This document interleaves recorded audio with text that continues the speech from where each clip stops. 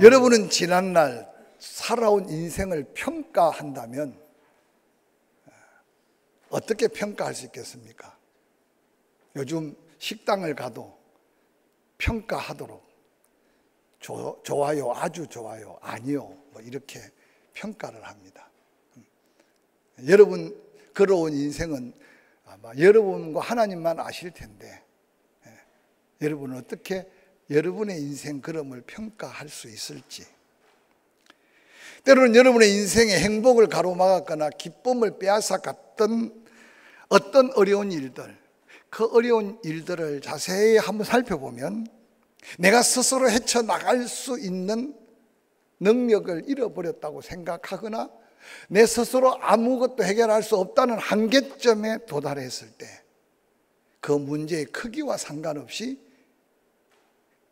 개인적으로 두렵고 또 고뇌와 고통이 엄습해 오는 걸 느낄 겁니다. 할 수 있다고 생각하면 두려움도 없지만 일단 우리 마음 생각 속에 불가능하다 생각하면 생각 속에 슬그머니 찾아 들어오는 것이 염려요, 때로는 질병으로 이어질 수 있는 의사들이 말하는 스트레스가 쌓이기 시작한다는 겁니다. 그 염려와 두려움, 그 스트레스가 자꾸만 쌓이게 되면 스스로 아무것도 할 수 없는 지경에 이르는 비참한 삶의 파탄으로 이어가는 걸 볼 수 있습니다. 삶의 한계를 느낄 때 믿음이 있느냐 없느냐를 적나라하게 드러내 보여주곤 합니다. 오늘 함께 묵상하려고 하는 믿음의 조상 가운데 우리는 아브라함의 믿음을 살펴봤습니다. 오늘 짧은 한 구절, 믿음의 후배들이 역대 믿음의 위대한 영웅들을 드러내 살피면서 이 이삭은 한 구절만 기록하고 있습니다. 그가 뒤늦게 믿음의 한계를 넘어서서 에서와 야곱을 축복했다. 그게 이삭의 파란만장한 인생 속에 믿음의 후손들이 드러낼 수 있는 짧은 한 구절이었습니다.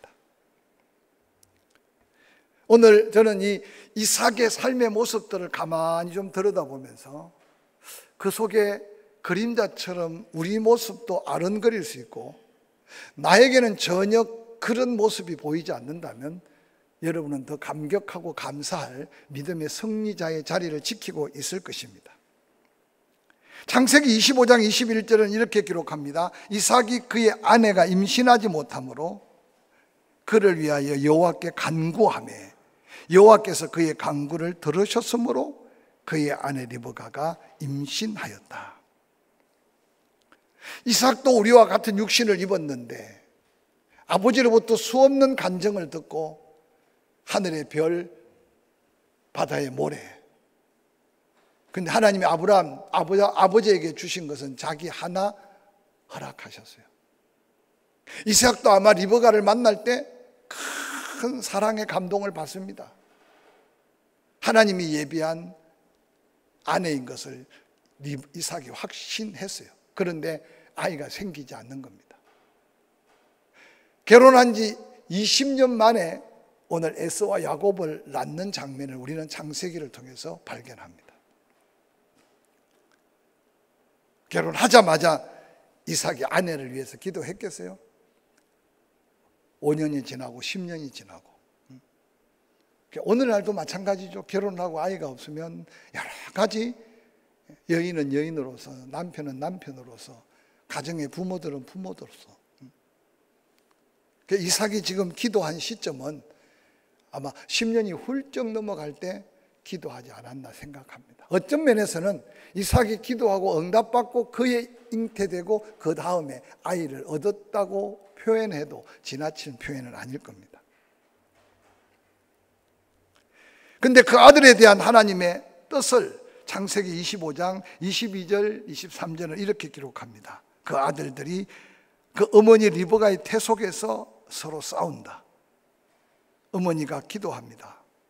처음 경험해본 하나님의 은혜로 잉태했는데 이럴 경우에는 내가 어찌해야 합니까? 하고 하나님 앞에 묻고 있는 리브가. 근데 즉각 하나님이 응답해 주셨습니다. 내 태 속에는 두 국민이, 또한 내 복중에서부터 두 민족이 나누어지게 될 것이다.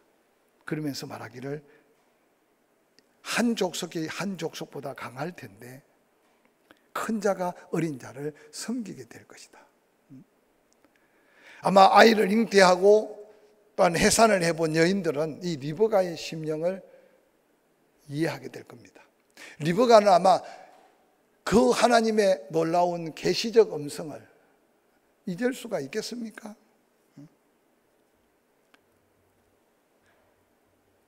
근데 이삭은 아이들을 키워가면서 하나님이 리브가에게 계시한 말씀과 전혀 다른 모습으로 생각하고 삽니다. 창세기 25장 27절 28절. 에서가 자라고 야곱이 자랍니다. 장성합니다. 그런데 에서는 익숙한 사냥꾼이 됩니다. 그 성경에 눈만 뜨면 들로 뛰어다니는 들사람이라고 표현하고, 야곱은 조용한 사람이었다.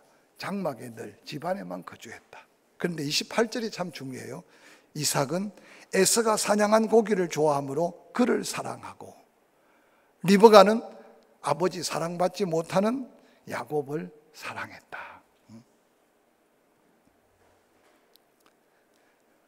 이삭이 에서를 사랑한 것과 리브가가 야곱을 사랑한 것은 상담학에서도 가정의 달에도 늘 비교해가며 많은 설교의 대상이지만, 오늘 이삭의 입장에서 살펴보면 하나님의 계시와 전혀 상관없고 하나님의 뜻과 전혀 상관없는 이삭이 아브라함을 통해서 그 조상 대대로 지켜오는 어떤 고정관념, 때로는 어떤 상식, 때로는 어떤 전통에 매여 있는 가부장적 육신의 인간적 모습을 이삭을 통해서 보여주려고 하는 하나님의 의도가 본문 속에 있지 않을까.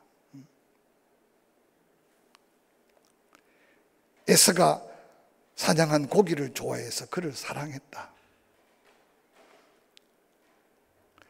특별히 아브라함의 후손들, 훗날 히브리 민족의 장자 우선적 관습, 이삭이 에서를 사랑한 건 충분히 이해가 되지만 하나님의 뜻과 상충되고 그것을 통해 일어날 가정의 비극적 역사는 이삭의 생각 속에 오는 그 잘못된 흔적의 결과는 큰 고통과 아픔을 가져옵니다. 우리의 삶 속에도 우리가 더 사랑해야 될 게 뭐고 더 귀하게 여겨야 될 게 뭔가에 대한 가치관 속에서 어느 날 나도 모르게 하나님의 거룩한 사명이나 하나님의 거룩한 뜻보다는 내가 가지고 있는 어떤 생각, 내가 가지고 있는 어떤 경험들이 나도 모르게 어떤 결정 앞에 앞장설 때 우리는 이삭의 이 한계 넘어가지 못하는 모습을 거울처럼 한번 느껴보시기를 바랍니다. 나도 모르게 하나님의 뜻을 거역할 수도 있고 그것이 나의 영적인 장애물이 되어서 한 번 더 하나님 더 가까이, 한 번 더 하나님에서 큰 은혜 앞으로 나아가는 엄청난 해악의 요소를 내가 갖고 살 수 있다는 겁니다. 세월이 지나도 이삭의 그 생각은 바뀌지 않습니다. 창세기 27장 1절부터 이렇게 기록합니다. 세월이 지납니다. 이삭이 나이가 많아 눈이 어두워 잘 보지 못합니다. 맏아들 에서를 부릅니다. 이르되 내 아들아 하매 그가 이르되 내가 여기 있나이다. 이삭이 이르되 내가 이제 늙어 어느 날 죽을는지 알지 못하니 그런즉 내 기구 곧 화살통과 활을 가지고 들에 가서 나를 위하여 사냥하여 내가 즐기는 별미를 만들어 내게로 가져와서 먹게 하고 내가 죽기 전에 내 마음껏 내게 축복하게 하라. 이삭이 아브라함의 축복을 이어받아 복의 근원의 복을 받았어요. 이삭이 야곱이 아닌 에서에게 그 축복권을 주기 위해서 영안이 흐려져 있는 이 이삭이 에서를 불러서 사냥해서 내가 좋아하는 바베큐를 만들어 오면 내가 먹고 너를 축복하겠다는 거죠. 아이가 없을 때 기도했던 이삭이었고, 아내가 그 아이를 잉태하고 해산하기 전에 하나님의 그 계시적 음성을 들었을 수 있다고 저는 믿어요. 그런데도 이삭은 자기 생각과 자기의 어떤 상식, 전통, 그것은 하나님의 뜻 앞에 여전히 한계를 가지고 있었어요. 오늘 본문에 보니까 자기 죽을 날도 대삭 알았어요. 육신을 입고 있었으니까. 그래서 에서를 불러서 그 축복권을 주고자 하는 이 이삭의 모습 속에, 때때로 우리가 늘 은혜 속에 살지만 세월이 지나고 나이를 먹고 더한 은혜를 받아도 온전한 하나님의 뜻을 분별하여 산다는 건 그리 쉽지 않을 수 있음을 기억해 가면서, 그래서 너희 두렵고 떨림으로 너희 구원을 이루어라 라고 하는 이 말씀 앞에 늘 우리의 마음 중심, 삶의 모습, 말의 표현, 형제를 자매를 대하는 우리의 모습들을 살펴 도전받을 수 있기를 바랍니다. 뿐만 아니라 이삭이 연약한 모습은 창세기 26장에 기근을 맞이해서 애굽으로 가다가 그랄에 머물러 있습니다. 아비멜렉이 물을 때 이삭이 아버지처럼 자기 아내 리브가를 누이라고 똑같이 속입니다. 환경에 짓눌려서 자기 아내 하나 스스로 지킬 수 없었던 아브라함의 인간적 연약함을 이삭도 그대로 가지고 살아가고 있는 모습을 성경은 우리에게 보여줍니다. 우리가 힘들고 어려울 때 자신을 있는 모습 그대로 드러낼 수 있습니다.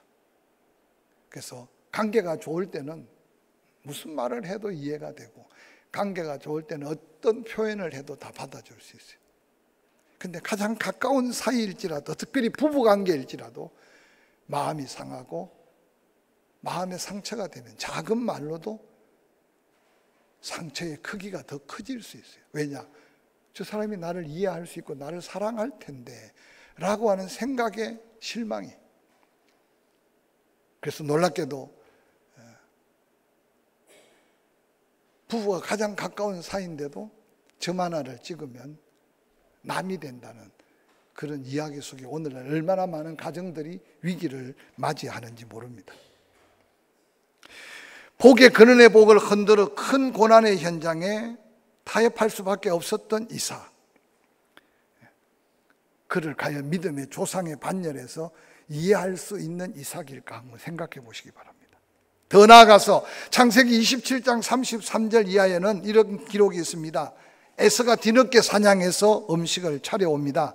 이삭이 에서가 받을 축복을 야곱이 가로챈 걸 알고 심히 크게 떨며 이르되, 조금 전에 사냥한 고기를 내게 가져와서 축복받은 자가 누구냐? 네 오기 전에 내가 다 먹고 그를 위하여 축복하였다. 그가 반드시 복을 받을 것이다. 에서가 그의 아버지 말을 듣고 소리내어 울며 아버지에게 이르되, 내 아버지여 내게 축복하소서, 내게도 그리 하소서.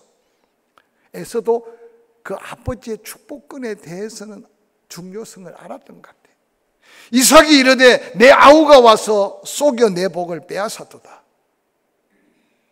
이삭이 이르되, 내 아우가 와서 네가 받을 걸 빼앗아갔다. 누굽니까? 이삭이 에서의 아버지도 되고 야곱의 아버지도 되는데, 이삭의 이 말하는 모습 속에 이삭의 마음과 생각을 읽을 수 있잖아요. 에서가 이르되, 그 이름이 야곱이라 함이 합당하지 아니하니까 그가 나를 속임이 이번째가 두 번째입니다. 장자 지가 거래해서 지가 팔아먹었는데도 원망은 야곱에게. 나의 장자의 명분을 빼앗아가던 이제는 내 복을 빼앗았나이다. 이르되, 아버지께서 나를 위해 빌 복을 남겨두지 아니하였나이까 하고 탄식하고 있는 이 에서의 모습 속에 아버지 이삭이 정상적인 사람이라면 야야 다투거리고 그래도 감사 안고 이해시켜야 되는데, 네 아우 야곱 고놈이 네가 받을 복을 빼앗아 도둑질해 갔다. 자기의 책임은 회피하고 아들 둘밖에 없는 아들, 그것도 쌍둥이인데 철천지 원수로 만들어버리는 이 이삭의 모습을 한번 주의 깊게 살펴보시길 바랍니다. 이삭은 아직도 그 인생뿐만 아니라 그 아내의 태를 열고 닫고 그에게 주신 자녀들, 그에게 주신 삶의 모든 걸 간섭하고 역사하시는 하나님을 이삭은 온전히 신뢰하고 두려워하지 않고 있는 이삭의 모습을 적나라하게 보여줍니다. 오늘 낮에 한 젊은 전도사 부부를 만났습니다. 제가 깜짝 놀란 게 이렇게 말로 교제하다 보니까 옆에서 누가 그러더라고. 나이가 젊어 보이는데 목사님, 이 전도사 부부가 애가 8명이래. 그래서 내가 그러면서 하는 말이 8명인데 7명은 배가 아파 낳았고 1명은 또 입양을 했대. 아니, 7명을 배가 아파 낳았는데 또 1명을 입양한 게, 그러면서 또 옆에 있는 친구가 하는 말이, 근데 1명 입양한 아이가 간정이 있대. 그 부부들이 좀 계면쩍어 가지고 뭐 내 잘 가까운 사이가 아니니까 참 궁금해 가지고 그랬더니 간단하게 이야기하면 7명을 낳고 그만 낳으려고 그랬는데 어느 날 기도를 하는데 그 8번째 입양한 그 아이에 대해서 하나님이 강력한 감동을 줘서, 그래서 가까이 있는 고아원에 찾아봤더니 그 고아원이 40여 년 한 번도 거기에 맡겨진 아이들을 입양시켜 보진 않았는데, 그 시점에 원장님이 그 아이들의 미래를 기도하다가 믿음 좋은 부모가 있으면 아이들을 입양시켜 주려고 했다. 우연찮게 갔더니 하나님이 감동해서 보여준 이름, 그 아이의 모습이 그 고아원에 그 아이가 있었다는 거예요. 그러면서 이 부부가 하는 이야기는 입양한 이야기가 아니라 예수 이미 믿고 평생을 주의 사명자로 살기 위해 전사로 부부가 함께 헌신해서 지금 하나님을 섬기고 있는데, 하나님이 그렇게 세밀하고 하나님이 그렇게 오묘하고 하나님이 그렇게 머리카락까지 세시는 그 하나님을 경험하면서 너무 두려움, 이 두려움은 여호와를 경외함의 두려움, 숨을 못 쉬겠더래. 제가 그 소리를 들으면서요, 저도 사실은 하나님을 믿고 늘 설교했지만 그 전사님 부부가 경험한 그런 강력한 하나님의 역사 앞에 막 소름이 끼치도록 두렵고 막 무섭고, 모든 걸 아시는 전지하신 하나님, 모든 걸 가능케 하시는 전능하신 하나님을 그 부부가 느꼈던 그런 경외함에 넘어가는 두려움의 하나님을 제가 그 간증을 들으면서 가슴이 얼마나 벅차든지, 그러면서 그 아이 하나를 통해서 고백하기를, 내 아이라는 고백 넘어 하나님이 생명의 소중한 하나님의 아이라는 사실을 깨닫게 해주시고, 그러면서 자기의 목회적 비전, 자기의 삶이 송두리째 바뀌었다는 그 간증을 들으면서 제가 참 감동을 받았어요. 오늘 이삭, 그의 인생 걸음걸음과 삶을 세밀하게 간섭하고 역사하신 하나님을 이해하지 못하고 있는 이삭을 한번 살펴보시기를 바랍니다. 에서의 눈물로 탄식하는 울부짖는 소리 앞에서라도 하나님이 하셔서 하나님의 섭리야 라고 말할 수 없는 아버지 이삭의 모습, 도리어 형제간의 정마저 끊어놓고 아버지 이삭이 죽는 날 야곱도 죽이려고 하는 에서의 그 한 맺힌 가슴을 송두리째 한번 살펴보시길 바랍니다. 근데 놀랍게도 하나님은 그 이삭에게 마지막 은혜를 베풀어 주십니다. 창세기 28장 1절부터 5절에는 이런 말씀이 기록되어 있어요. 이삭이, 창세기 28장 1절, 이삭이 야곱을 불러 그에게 축복하고 또 당부하여 이르되 너는 가나안 사람의 딸들 중에서 아내를 맞이하지 말고 일어나 밧단 아람으로 가서 내 외조부 버두엘의 집에 이르러 거기서 내 외삼촌 라반의 딸 중에서 아내를 맞이하라. 전능하신 하나님이 내게 복을 주시오 내가 생육하고 번성하게 하여 내가 여러 족속을 이루게 하시고 아브라함에게 내 아버지에게 허락한 복을 내게도 주셨듯이 너에게도 주시고 너와 함께 내 자손에게도 주사 하나님이 아브라함에게 주신 땅 곧 내가 그려하는 땅을 내가 차지하기를 원하노라. 이에 이삭이 야곱을 보내며 그가 밧단 아람으로 가서 라반에게 이르렀으니 라반은 아람 사람 버두엘의 아들이요 야곱과 에서의 어머니 리브가의 오라비였더라 라고 기록하고 있습니다. 오늘 히브리서의 믿음의 후손들이 이삭을 인생을 자세히 살펴보니까 세상의 믿음이다 자랑할 만한 믿음, 본받을 만한 믿음은 없었는데 이 창세기 28장 마지막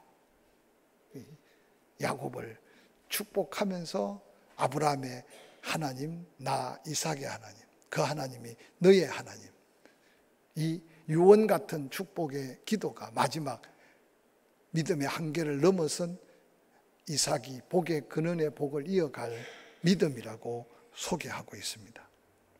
너무 늦기 전에, 후회하기 전에 우리가 끊임없이 우리 삶에 함께 하신 하나님을 세밀히 살펴가면서 크고 작은 믿음의 위기가 다가올 때 장애물로 생각하지 말고 하나님 앞에 당당히 한계를 뛰어넘어가면서 다른 사람은 쓰러지고 넘어지더라도 그게 나에게는 간증거리가 되고 감사거리가 되고 하나님의 영광거리가 될 믿음의 승리자들이 되기를 주의 이름으로 간절히 축원합니다.